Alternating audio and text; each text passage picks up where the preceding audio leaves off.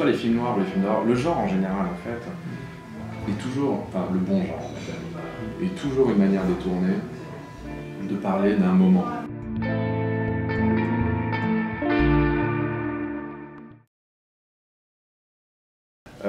Alors, en plus, ce qui est intéressant, c'est que dans le roman, la description physique du personnage est extrêmement différente. Enfin, elle est littéralement à l'opposé de Charlize.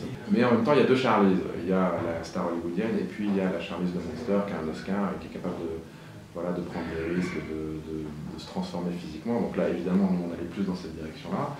Pour être très honnête, le look, c'est elle qui l'a trouvé. Elle est venue avec son idée. La casquette, c'est elle. Moi, j'aurais jamais eu cette idée, là, cette casquette verte, sincèrement. La démarche, elle est... Charlize, c'est marrant parce que c'est une icône de féminité et en même temps, quand on la connaît, elle a un vrai côté mec aussi. Et donc, du coup, je pense que là, elle est allée puiser là-dedans. C'est quelqu'un qui est assez écorché vif, donc une histoire personnelle. Il suffit d'aller sur Wikipédia.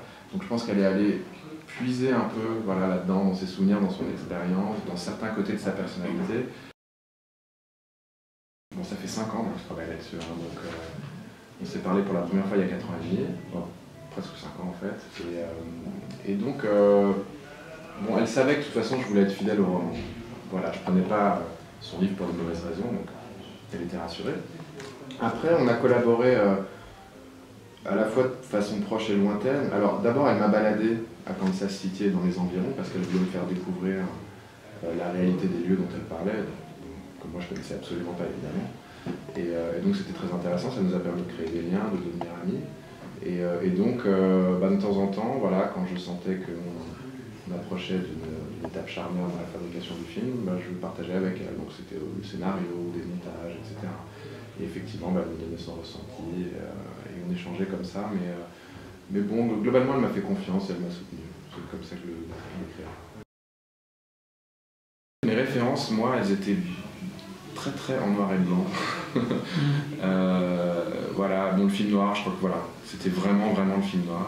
Complètement, et c'était pour ça d'ailleurs que aussi j'ai voulu garder la voix off, parce qu'il y avait cet hommage au film noir, où on était toujours comme ça dans la tête du détective. Et alors après, il a plein de couleurs différentes, le film noir. Donc là, moi j'étais entre 200 francs.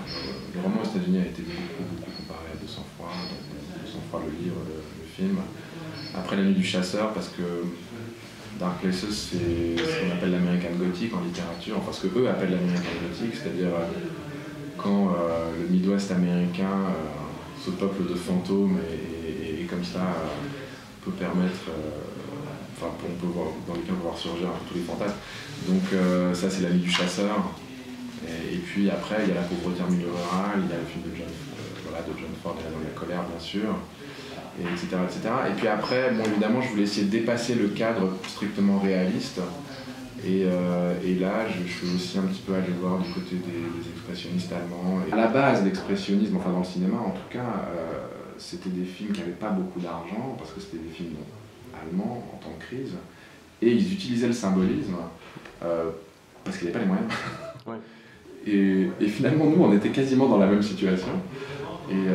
Et c'est vrai qu'on essayait de raconter beaucoup de choses sur les personnages à travers la déco, les lieux où ils étaient. Et c'était marrant parce que Barry Ackroyd, le chef-op, donc c'est le chef-op à la base de Ken Loach et aujourd'hui de Paul Greengrass, où il a fait Hurt Locker, donc il est vraiment connu pour...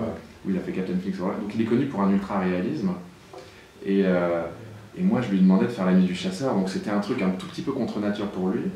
Et en même temps ça a donné cette espèce de mélange aujourd'hui du film qui est une espèce de néo-noir réaliste mais quand même gothique et ça donne je pense un mélange assez intéressant. Donc est-ce que le film est un film expressionniste? Il a peut-être des éléments expressionnistes, ouais ça clairement. Un film expressionniste je sais pas, mais ouais il a des éléments. Ouais.